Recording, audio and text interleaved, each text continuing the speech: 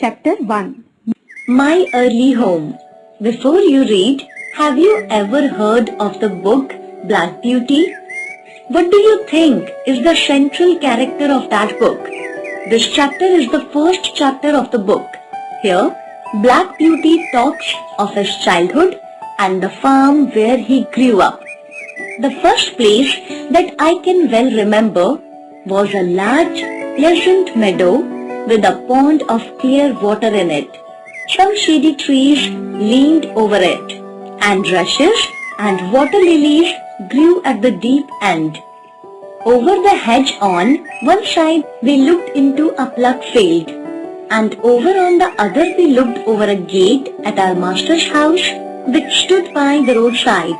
At the top of the meadow was a grove of fir trees, and at the bottom a running brook overhung by a steep bank. While I was young, I lived upon my mother's milk, as I could not eat grass. In the daytime, I ran by her side, and at night, I lay down close by her. When it was hot, we used to stand by the pond in the shade of the trees, and when it was cold, we had a nice warm shed near the grove. As soon as I was old enough to eat grass, my mother used to go out to work in the daytime and come back in the evening. There were 6 young colts in the meadow besides me. They were older than I was. Some were nearly as large as grown-up horses. I used to run with them and had great fun. We used to gallop all together round and round the field as hard as we could go. Sometimes we had rather rough play, for they would frequently bite and kick as well as gallop. One day, when there was a good deal of kicking, my mother whinnied to me to come to her, and then she said, "I wish you to pay attention to what I am going to say to you. The colts who live here are very good colts, but they are cart horse colts, and of course, they have not learnt manners. You have been well bred and well born. Your father has a great name in these parts, and your grandfather won the cup 2 years at the Newmarket races. Your grandmother had the sweetest temper of any horse I ever knew, and I think you have never seen me kick or bite. I hope you will grow up gentle and good, and never learn bad ways. Do your work with a good will, lift your feet up well when you trot, and never bite or kick even in play." I had never forgotten my mother's advice. I knew she was a wise old horse, and our master thought a great deal for her. Her name was Duchess, but he often called her Pet. Our master was good, kind man. He gave us good food, good lodging, and kind words. He spoke as kindly to us as he did to his little children. We were all fond of him, and my mother loved him very much. When she saw him at the gate, she would neigh with joy and trot up to him. He would pat and stroke her and say, "Well, old pet, and how is your little darky?" I was a dull black, so he called me Darky.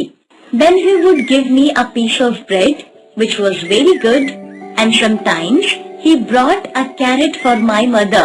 All the horses would come to him, but I think we were his favorites. My mother always took him to the town on a market day in the light gig. There was a ploughboy, Dick, who sometimes came into our field to pluck blackberries from the hedge. When he had eaten all he wanted, he would have what he called fun with the colts, throwing stones and sticks at them to make them gallop. We did not much mind him, for we could gallop off, but sometimes a stone would hit and hurt us. One day he was at his game and did not know that the master was in the next field, but he was there, watching what was going on. Over the hedge he jumped in a snap, and catching Dick by the arm, he gave him such a box on the ear as made him roar with the pain and surprise. As soon as we saw the master, we trotted up nearer to see What went on? That boy, he said, that boy to chase the calls. This is not the first time, nor the second, but it shall be the last. There, take your money and go home. I shall not want you on my farm again. So, we never saw Dick anymore. Old Daniel, the man who looked after the horses, was just as gentle as our master. So we were well off.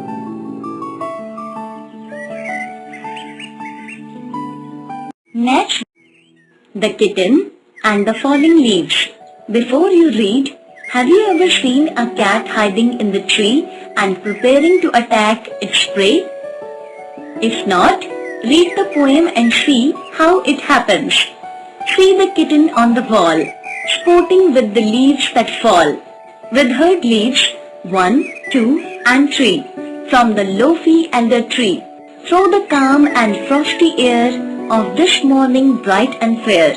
But the kitten, how she starts, crouches, scratches, paws, and darts. First at one, and then its fellow, just as light and just as yellow.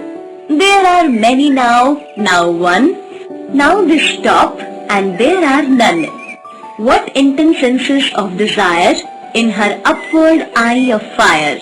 With a tiger leap halfway, now she meets the coming prey, lets it go as fast and then has it in her power again. Now she works with 3 or 4 like an Indian conjurer, quick as he in feats of art, far beyond in joy of heart. Summary: in this poem, the poet describes the antics of a kitten who is getting ready to catch her prey. The poet wants the people to watch how the kitten gets ready before going after her prey. She crouches, scratches, paws and darts to catch the prey. Just when the leaf is about to fall, she jumps like a tiger, raring to meet the prey halfway. She then lets her prey go, chases it again and keeps it within her power once more. In her mind, she is no less than an Indian musician.